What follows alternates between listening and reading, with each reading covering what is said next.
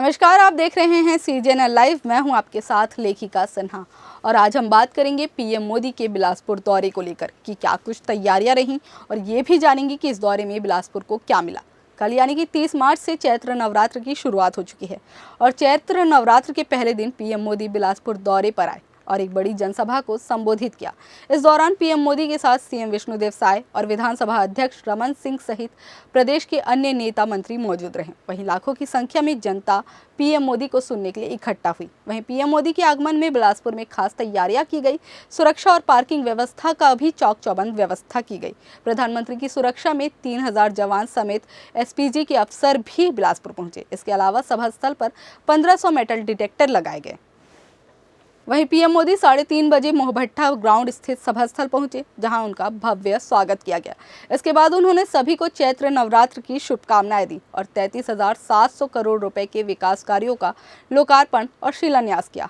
इसमें power, gas pipeline, rail और national highway के प्रोजेक्ट शामिल हैं। इस दौरान उन्होंने 108 किलोमीटर की कुल लंबाई वाली 7 रेल परियोजनाओं की आधारशिला रखी और 2,690 करोड़ से ज़्यादा की लागत वाली 3 परियोजनाओं को मंजूरी दी।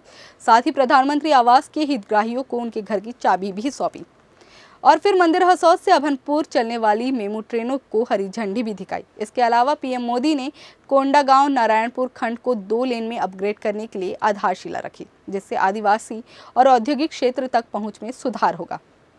साथ ही पीएम मोदी ने 130 पीएम श्री स्कूल और रायपुर में विद्या समीक्षा केंद्र की शुरुआत की बात कही, जिससे उच्च गुणवत्ता वाली शिक्षा को बढ़ावा मिलेगा। इसके अलावा पीएम मोदी ने इस ऐतिहासिक दौरे में प्रधानमंत्री जनजातीय समुदायों और राज्य के समग्र विकास को गति देने के उद्देश्य से कई योजनाओं का शुभारंभ किया, जिससे छत्तीसगढ़ को नई ऊंचाइयों पर पहुंचने में मदद मिलेगी।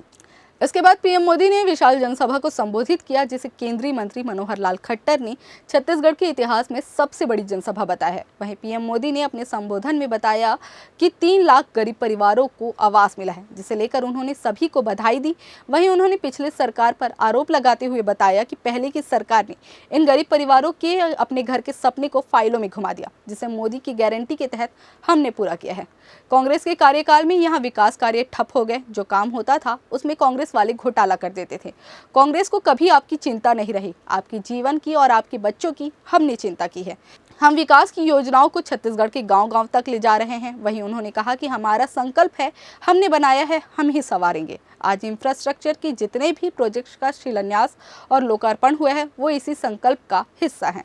साथ ही पीएम मोदी ने ये भी बताया कि ये सारे प्रोजेक्ट छत्तीसगढ़ के नागरिकों को सुविधा देने वाले हैं और नौजवानों के लिए रोजगार के नए अवसर बनाने वाले हैं। वही बता दें कि प्रधानमंत्री मोदी के बिलासपुर दौरे पर पहुंचने से पहले हवाई यात्रा संघर्ष समिति ने अपनी लंबित मांग को लेकर एक अनोखा प्रदर्शन किया, जिसमें उन्होंने 300 दिए जलाकर केंद्र सरकार से 300 करोड़ रुपए के अनुदान की मांग की, जिसे लेकर उनका कहना था कि ये प्रदर्शन न सिर्फ सरकार का ध्यान आकर्षित करने का एक प्रतीकात्मक तरीका था, बल्कि ये बिलासपुर वासियों की वर्षों पुरानी आकांक्षा को भी दर्शाता है, जो एक पूर्ण विकसित एयरपोर्ट की उम्मीद है, जो अब पीएम मोदी के आगमन से और प्रबल हो गई है। ये समिति बीते 4 सालों से लगातार धरना प्रदर्शन और आवाज़ बुलंद कर रही है, ताकि हवाई यात्रा की सुविधाएं बढ़ाई जा सके और बिलासपुर को एक उन्नत एयरपोर्ट की सौगात मिल सके। इसे लेकर समिति के सदस्यों ने पीएम मोदी पर भरोसा जताते हुए इस दिशा में ठोस कदम उठाने की अपील की है। उनका मानना है कि अगर बिलासपुर को एक विकसित एयरपोर्ट मिल जाता है, तो ये